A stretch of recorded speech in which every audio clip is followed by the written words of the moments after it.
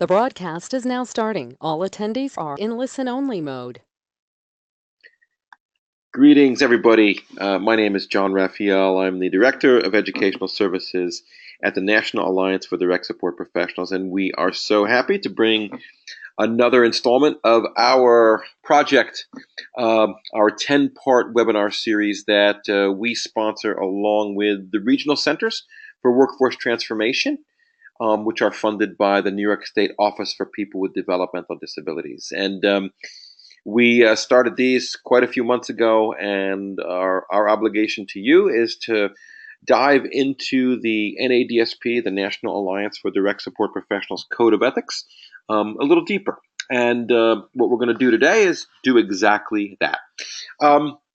These webinars are unique because they're not a typical kind of webinar where it lasts an hour. Usually webinars are an hour. These are shortened to make them, I think, more accessible and convenient for direct support professionals to utilize. Our speaker today, Jen, she's going to go about 20, 25 minutes, and then we're going to have some questions. But ultimately, these webinars are designed to spark your interest in the Code of Ethics, but also get you thinking about the importance of the Code of Ethics.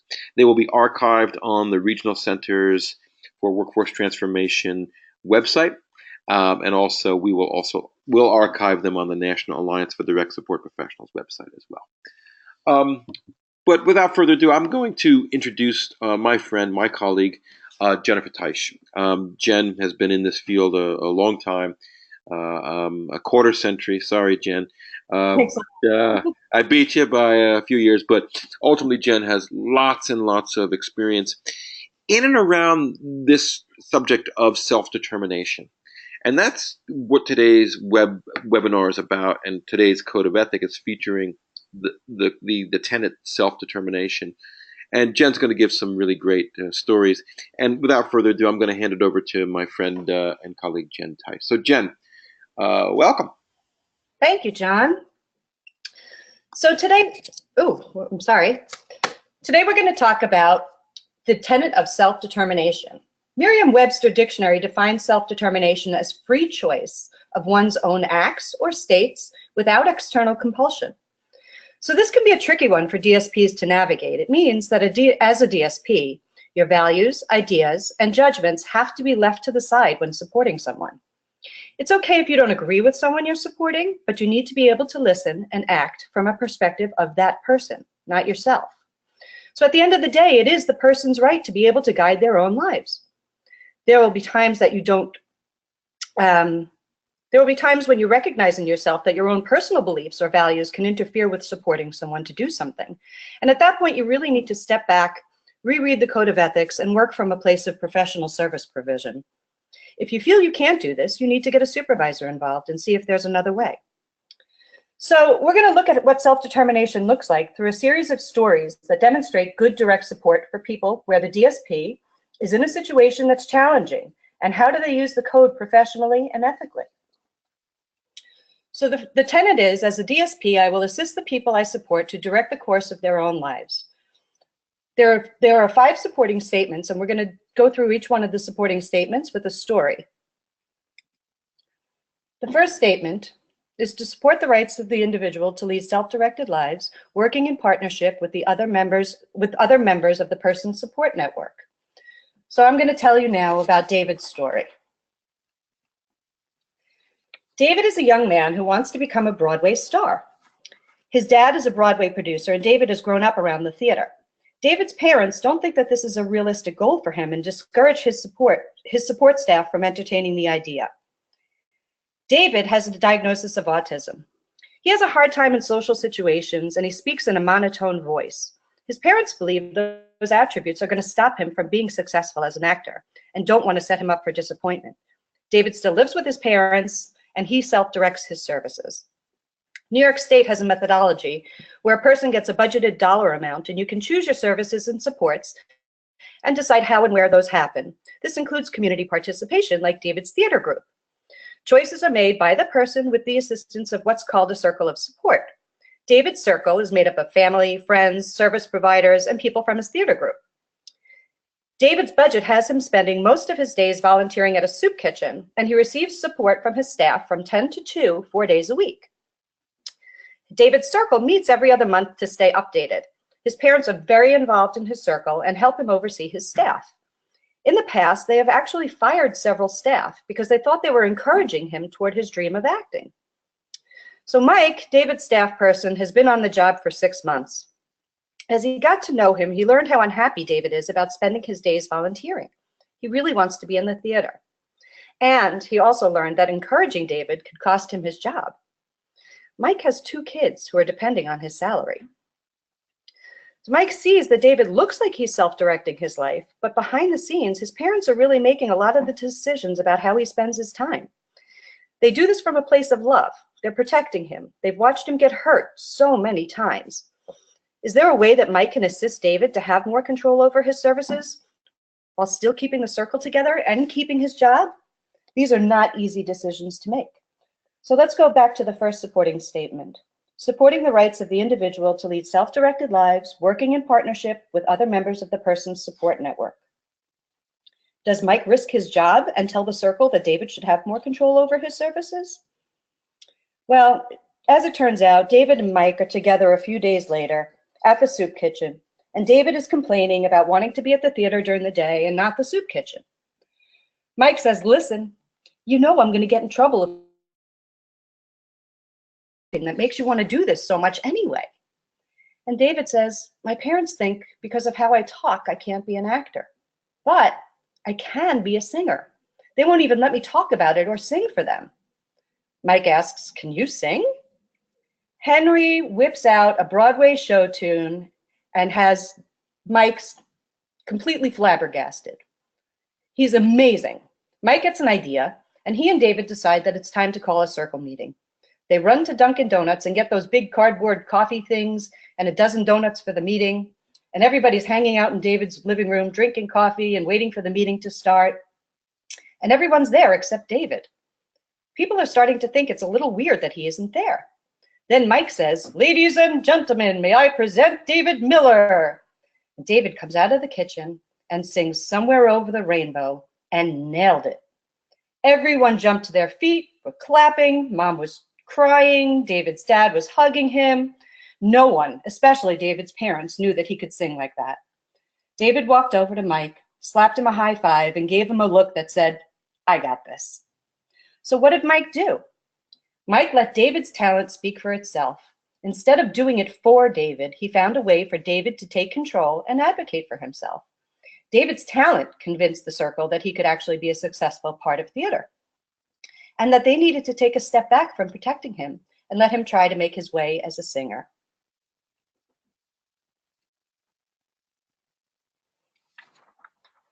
Here's the second supporting statement. Promoting self-determination, I can't read this, in intellectual, emotional, social, and spiritual pursuits.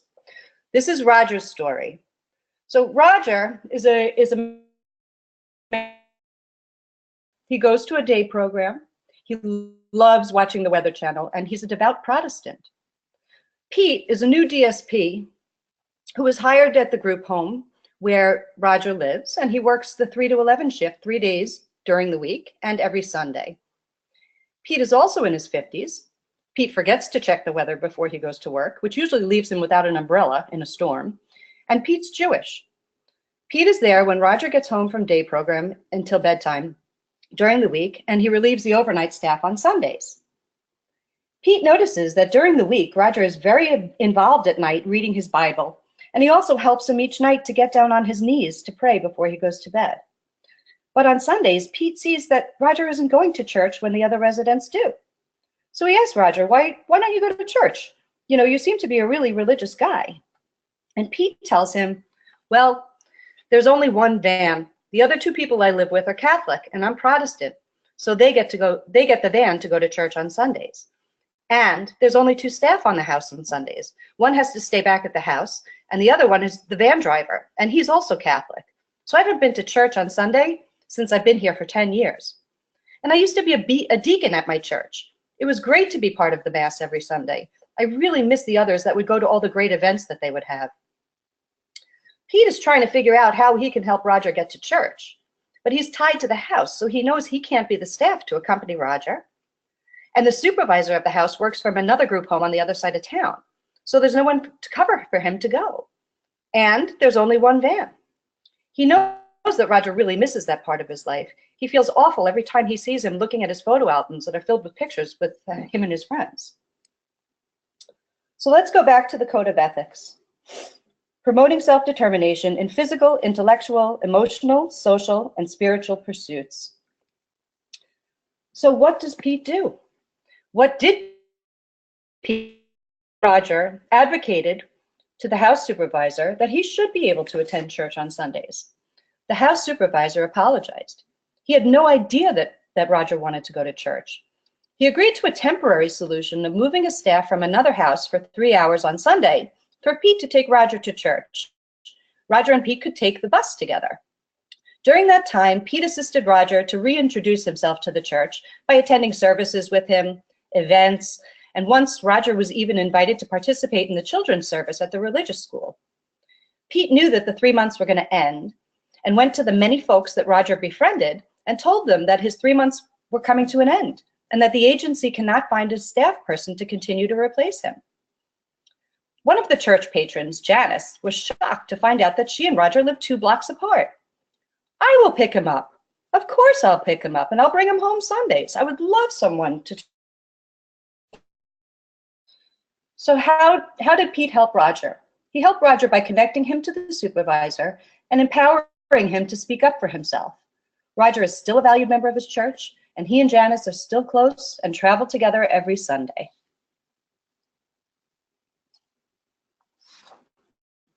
Here's our third supporting statement. Honor a person's right to assume risk in an informed manner. This is Bob's story. And this story is my personal experience providing direct support. My main job for my agency is to coordinate a housing subsidy that enables people to live in their own homes. I work in New York City, so most people live in apartments here. I'm going to tell you a story about Bob. Bob is a 35-year-old man who lived with his parents and wanted to live on his own for many years. He works as a VIP guest service ambassador at the Barclays Center in Brooklyn, which is where the Knicks play. He got a really cool job. He meets celebrities every workday and assists them with what he needs. So after much discussion and planning, Bob finally convinced his parents that he could move to his own apartment. He got services twice a week when he's not working from community hab staff, and he's been living there for almost 2 years. One day, about 3 months ago, Bob's superintendent needed to do some repairs to the apartment's kitchen. It required that he make several visits over the course of 1 month. After about 2 weeks, the super called me to let me know that he'd seen this guy in Bob's apartment many times, and he was worried that the guy was living in the apartment, which is actually a violation of his lease. So I called his DSP, Joan, and she reported that she hadn't seen anyone at the apartment, nor had she seen any evidence that someone was staying there. So I went to go see Bob, and Bob told me, "Yeah, my friend's staying with me. He's got nowhere to on the couch." So I explained to him that he's not allowed to have guests for more than 3 nights. It's in the lease that he signed. So we read over his lease together. We had a conversation about how it violated the lease, and he realized that the friend needed to go or he could be evicted. He understood that what he was doing was putting himself in jeopardy of losing his apartment, and he told the friend to go. So a week later, the superintendent had accidentally left his tools at Bob's apartment and made an unannounced visit to pick them up. He not only found the friend there, but the guy was smoking pot on the couch. So, of course, the superintendent called the landlord and told him what he saw and what he knew about this guy. The landlord called me and basically gave us a choice of finding him a new place to live or he was going to evict him. When we went to go see Bob, he confessed that he really did try to get his friend to leave, and he refused to go. And Bob felt really bad throwing him out, so he let him stay.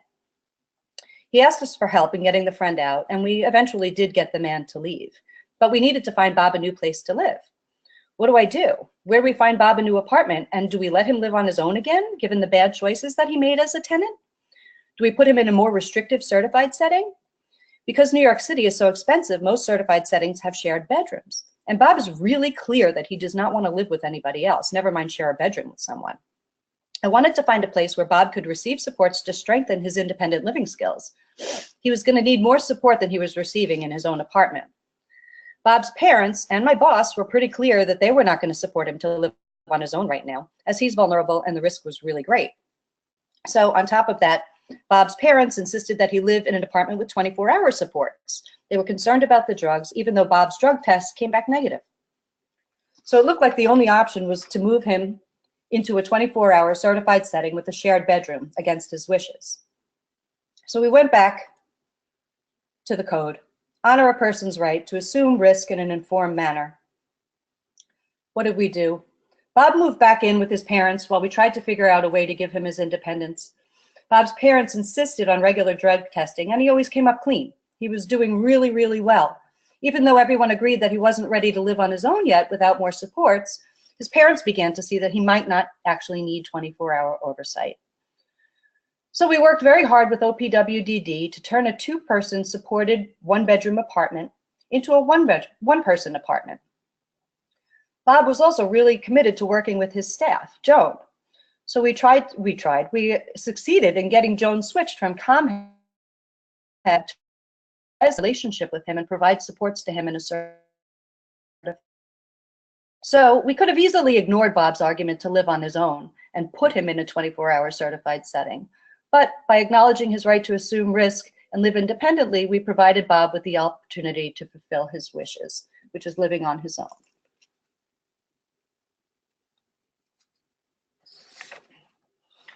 Here's the fourth supporting statement. Recognize that each individual has potential for lifelong learning and growth. This is Susan's story. Susan is a young woman who lives in Staten Island, New York City. She works as a messenger during the day and receives support services in the evenings in her home. Susan dropped out of high school early as she had a really hard time with academics and she really never learned how to read. She's been telling her DSP, Stephanie, that she really hates her job, but she's afraid to leave as she can't do anything else. What else can someone do who can't read? I don't want to clean toilets, and that feels like my only option. I tried to find Susan a different job. Services or janitorial services were all they really had. Susan felt the only way she could get a better job was by learning how to read and hopefully getting her GED high school diploma. So Stephanie assisted Susan to enroll in a GED program at her local college. Susan dropped out after the first week as she felt that she really couldn't learn at the pace of the class. She was very upset and really felt horrible about her failure. So Stephanie assisted her to enroll in an adult literacy course at her local library. The teacher of this course had no experience working with someone with IDD, and Susan lasted one class before dropping out. Stephanie believed that Susan could learn how to read, but was really all out of options. So Stephanie went back to the code, recognized that each individual has potential for lifelong learning and growth. And what could Stephanie do to help Susan reach her goals of learning to read and receiving her GED? Well, a few weeks later, Stephanie was with Susan, and Susan's phone rang. She flipped out her flip phone and spoke with her friend for a few minutes, and a light bulb went off for Stephanie when she saw Susan using the flip phone. She thought that if she could get Susan to switch to a smartphone, that she might have more exposure to literacy options. Stephanie spoke to Susan, and Susan agreed to try it. So Susan started out by sending one-word texts to Stephanie that Stephanie had helped her learn, and they used literacy apps when they were together. In about 6 months, Susan was texting sentences to Stephanie and able to start searching for her favorite movie clips on YouTube. It took Susan about 2 years to be able to consider going back for her GED, and Stephanie thought they should try a different route this time. Stephanie assisted her to go to the Disability Studies department in the college, and the Disability Study folk agreed to allow Stephanie to accompany Susan to classes to assist her to take notes. So I'm happy to report that Susan is now in her second semester of her GED studies. Stephanie could have easily just seen Susan's inability to figure out how to learn as the end of the road. Instead, she had faith that Susan was going to be able to accomplish what she wanted. And the final supporting statement is to celebrate, accept, and learn from life's rich experiences with people through triumphs and failures. And this is Elvis's story. Elvis is a man who loves to read comic books. He's particular to Marvel Comics, and he knows every issue really well. Elvis also has a group that he runs at his day program around comic books. Elvis has just completed travel training from his residence so that he can go into town and get more comic books for the group. He spent months learning how to get a bus pass, which street to wait on for the bus, and how many blocks and turns it took to get to the comic book store.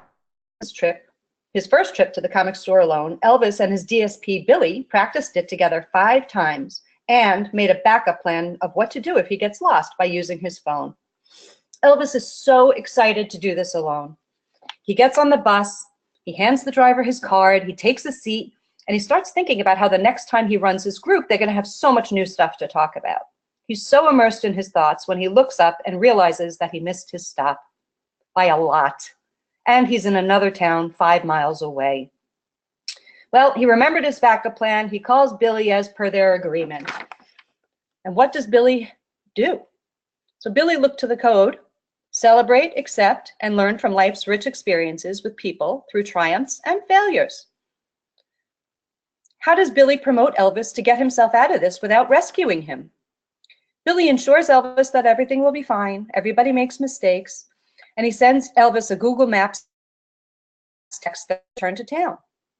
Elvis is not so happy about that solution, and he asks Billy if he can just pick him up and bring him back to the house. He's really upset. He's scared. He's not. Well, Billy says, wouldn't it be cool if you could do it using the bus? You've spent so much time learning how to use public transportation. This is a great way to show everyone. Eventually, Elvis said he would try, and Billy said he would keep his phone handy, and he'd be ready to pick him up if things didn't go well. So Elvis takes out his phone and follows the Google Maps back to the bus stop. He made it back to the town, and he purchased the comics, got back on the bus, and got home safe. And he did it all without having to have Billy pick him up. Billy could have easily made Elvis feel badly about getting lost. He could have also rescued him and picked him up. Instead, he showed Elvis that he had confidence in him finding his way back.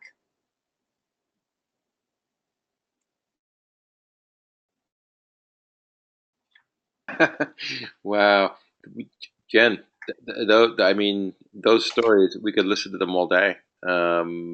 It's amazing.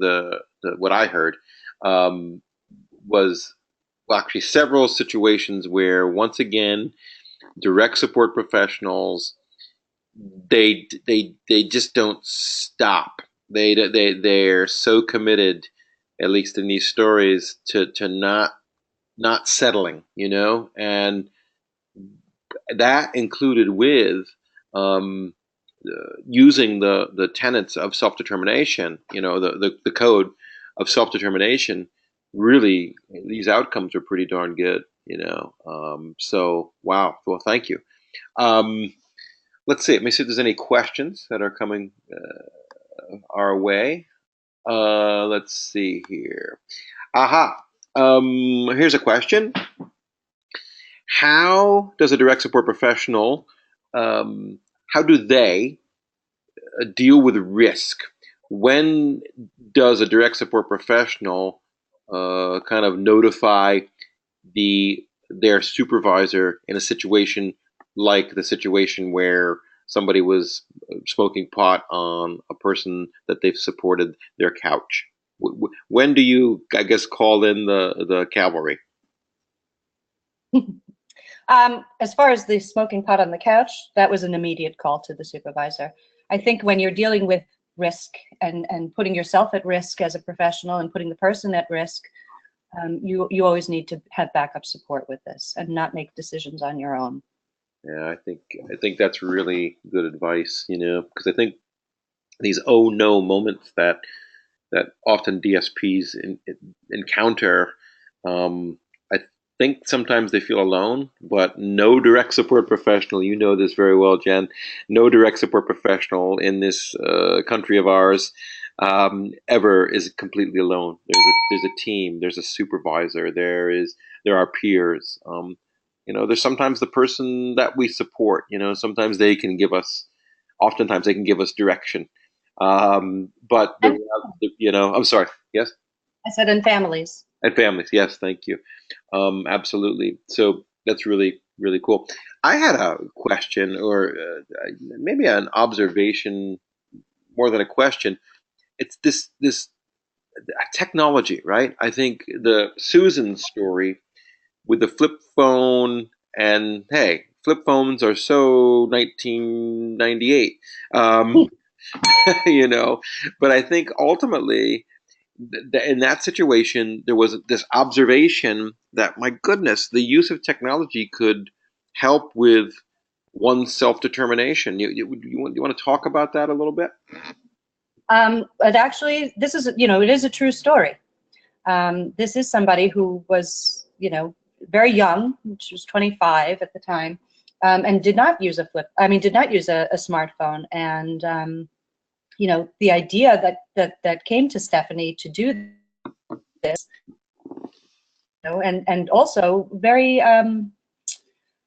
took away the stigmata of somebody using a flip phone, because you don't see people using flip phones. Right. Now Susan looks like everybody else on the bus or on the ferry, because she lives in Staten Island, as she goes to work and Sure. is busy on her phone, and really did learn how to read by using her phone. It's really, yeah, just I love it, and I think, I don't know if you think this too, but I think when we do look at technology and just the use of tablets or iPads, whatever you call them, or obviously smartphones and smart technology, I think it opens up the world for people much more uh, than I think we give credit.